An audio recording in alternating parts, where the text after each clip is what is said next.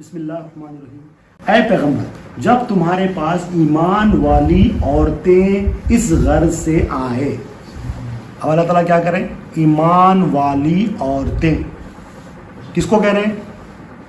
نبی کریم صلی اللہ علیہ وسلم کی طرف میں ایمان والی عورتیں آئیں۔ اب بیعت کے لیے کون آ رہے ہیں؟ ایمان والی عورتیں، کافر عورتیں نہیں آ رہی ہیں، مشرک عورتیں نہیں ہیں۔ وہ کون ہے؟ وہ ایمان والی عورتیں آئیں۔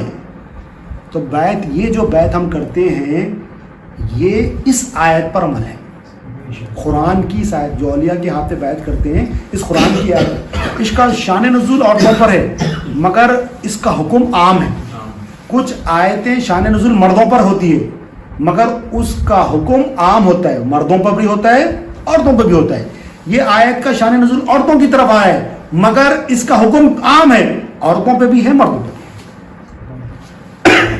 کیا فرمائے؟ اے پیغمبر، جب تمہارے پاس ایمان والی عورتیں اس غرض سے آئیں کہ وہ تم سے ان باتوں پر بیعت کریں، قرآن ہے، ایمان والی عورتیں آ رہی ہیں، اب کافر مشرک عورتیں نہیں ہیں، کس کے لیے؟ اللہ تعالیٰ، یہ قرآن ہے، سورہ ممتحنہ آیت نمبر 12۔ کس غرض سے آ رہے ہیں وہ لوگ؟ بیعت کرنے کے لیے آ رہے ہیں۔ تو یہ جو بیعت ہے اس قرآن کی آیت سے یہ دلیل ہے کہ قرآن کی آیت سے دلیل ہے کہ بیعت ہر مسلمان مرد اور عورت پر واجب ہے، بیعت کرنا ضروری ہے۔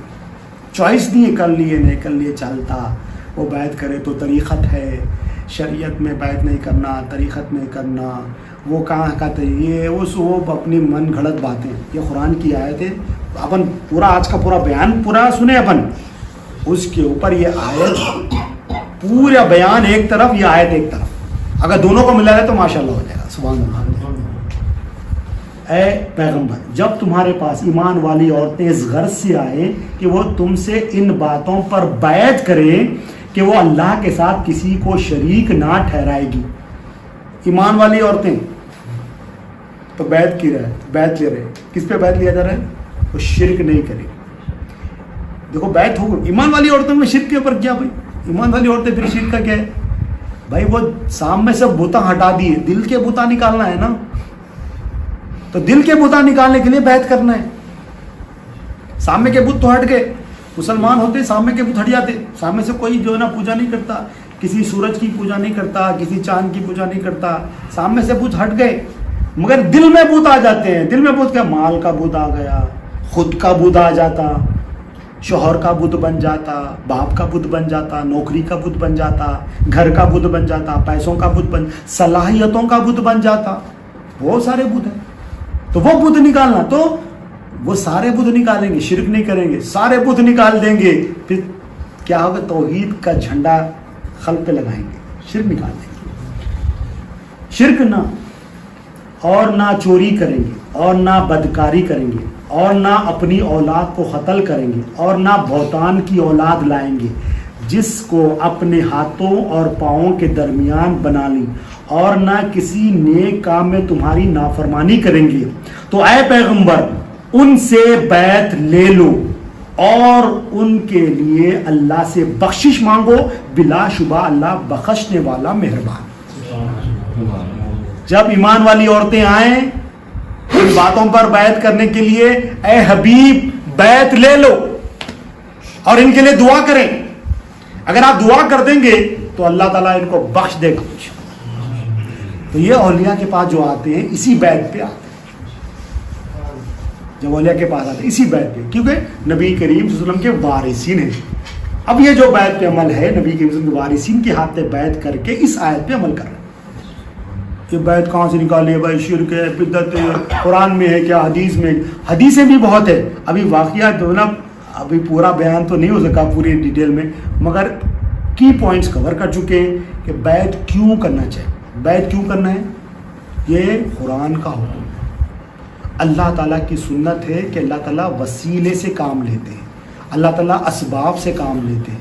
تمام کام ہم نے دیکھ لیا اللہ تعالیٰ اسباب سے لے رہے ہیں۔ اللہ قادر ہو کے، اللہ خالق ہو کے، اللہ تعالیٰ مالک ہو کے، اللہ رازق ہو کے وسیلے سے کام لے رہے ہیں، تو ہم محتاج فقیر ہو کے ہم ڈائریکٹ نہیں جا سکتے، ہم بھی اس وسیلے سے جانا ہے، کیونکہ تمام ایمان والوں نے وسیلہ تلاش کیا۔ تو وسیلہ تلاش کرنے کا بھی حکم اللہ تعالیٰ نے دیا ہے, بیعت کرنے کا بھی حکم اللہ تعالیٰ نے دیا ہے. تو یہ بیعت کیا ہے؟ واجب ہے. بیعت کرنا ضروری ہے, آپشن نہیں. اب کسی نے نہیں کیا تو وہ نقصان اٹھائے گا. نقصان کیا اٹھائے گا؟ وہ دنیا میں پھنسا ہوا رہے گا, وہ شیطان کے چنگل میں رہے گا. پتہ ہی نہیں ہے اس کو دشمنی کرنا. شیطان سے دشمنی کرو, بولے اللہ تعالیٰ دشمنی نہیں کر رہا. شیطان سے دشمنی. ایک آیت اور ہے شیطان کے کہ اللہ تعالیٰ کہہ رہے شیطان کی عبادت کر رہا ہے تو. اس میں اللہ تعالیٰ کہہ رہے شیطان کی عبادت کر رہا ہے. سورہ یاسین آیت نمبر 60-61. بسم اللہ الرحمن الرحیم. یہ آیت پڑھ کے انشاءاللہ بیان ختم کرتے ہیں. سورہ یاسین آیت نمبر 60-61. اے مجرموں, آج ایمان والوں سے الگ ہو جاؤ. قیامت کے دن اللہ تعالیٰ کہے گا ہٹ جاؤ, دور ہٹو, میرے ایمان والوں سے ہٹو, دور ہٹو.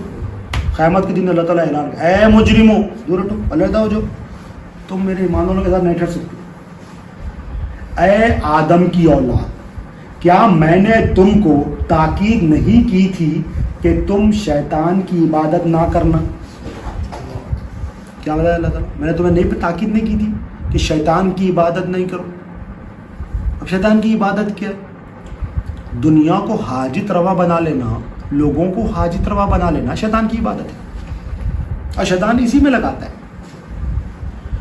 اللہ تعالیٰ کہنے میں تو تاکید نہیں کی کہ شیطان کی عبادت نہ کرو, بلا شبہ وہ تمہارا کھلا دشمن ہے, اور یہ کہ میری ہی عبادت کرنا یہی سیدھا راستہ ہے.